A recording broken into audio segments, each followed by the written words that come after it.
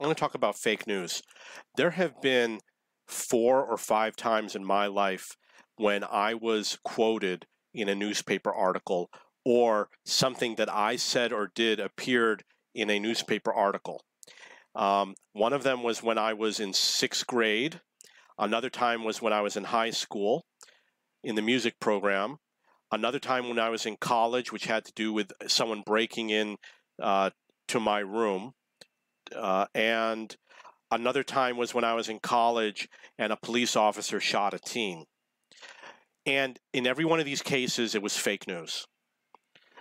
I also had a friend who died, and his obituary, they lied about how he died.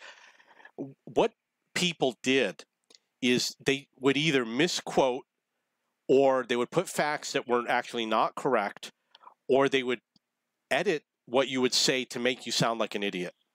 For example, in the 6th grade, we were doing an archaeology thing where we had to make a culture, and we would bury it in the ground. Ours was the pencil people, and we made little pencils that looked like people, and we made little coffins, and we buried them in the sand. And we had to dig up another group's culture, and there were 3 different groups. And the group that we dug up were the rock star people, and you would dig them up, and it would be all related to music, rock music. And they were, of course, digging up pencils. And, you see these people digging up pencils and everybody's laughing. And someone quoted me, and my quote appeared in the paper. And when I read it, I don't remember what it said, but I remember thinking that's not what I said. She absolutely misquoted me, and it sounded like I said something completely different. And then there was another time I was in the marching band, and someone came, a journalist came and interviewed us. It was probably my senior year, and I remember that what she put in the newspaper were things that were shocking and things that sounded negative. Like if we said, I love it, but sometimes I don't like it, it would say, sometimes I don't like it. The part where you love it would not appear in the article. So another time I was freshman or sophomore in college, and we were at the shopping mall, and my friend had warned me. This was in Long Island, and what the kids do is they go through the mall and they do gang initiations. A kid walked by us, and he said, "Nice jacket," to my friend, and my friend had a leather jacket on. And my friend grabbed me and pulled me aside, and he said, "No, this is a gang initiation. What they do is they try to pick a fight with you. They look for like a guy who's walking with his girl, and they'll insult the girl or say, 'Oh, your girlfriend's hot,' or something like that, so that they say, 'Hey, let's take it outside.' But when you go outside, there's 20 other kids, and they act like they're not interested. They start the fight, and then they surround you." And I went outside with my friend that day, and we saw all these people in this big circle beating, and these kids were getting beat up. And it might not have been the same day, but he was like, "That's the gang thing that we told you about." So he already knew that this was going on, and he warned me about it. So I don't know if it was this day or another day, same location, outside, a police officer had chased a teen and shot him in the neck, because a teen suddenly turned around and the officer shot him, and the teen was unarmed. But guess what? They couldn't say that because the officer would sound guilty. When it came out in the news, it said that the officer dropped his gun and shot the teen. But what happened was, after the gun went off, I don't remember exactly what I saw because I was too far away.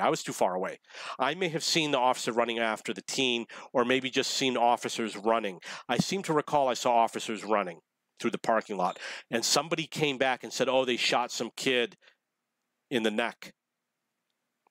And then in the newspaper article, it said it was because he dropped his gun. That was fake news.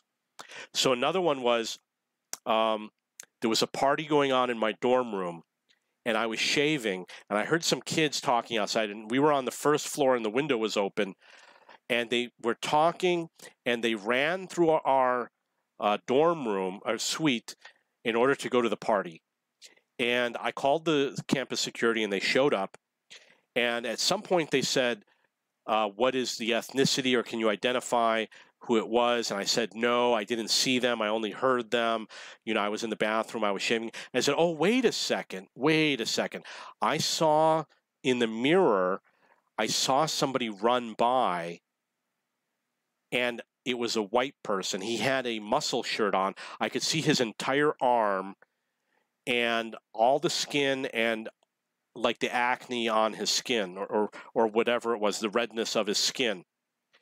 When the article came out, it says black crimes on campus. A student broke into a suite and it said the name of the building in order to attend a party. And I said, no, that's not true. It's not what happened. It was not a black student. It was a white student. And then I have a friend of mine. He was my neighbor who died at a party. He had 0.5 blood alcohol level. And he was very short. He was like 5'4". So obviously he's not going to be able to tolerate a lot of alcohol.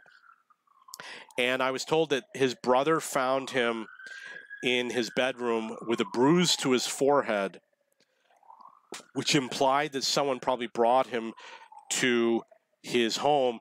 And the obituary said he died of a household accident, which is commonly done by the newspaper to cover up something that might be embarrassing. Like, they're not going to say he drank himself to death. They said he died of a household accident. So every time I've ever known something that appeared in the news, it's always been fake.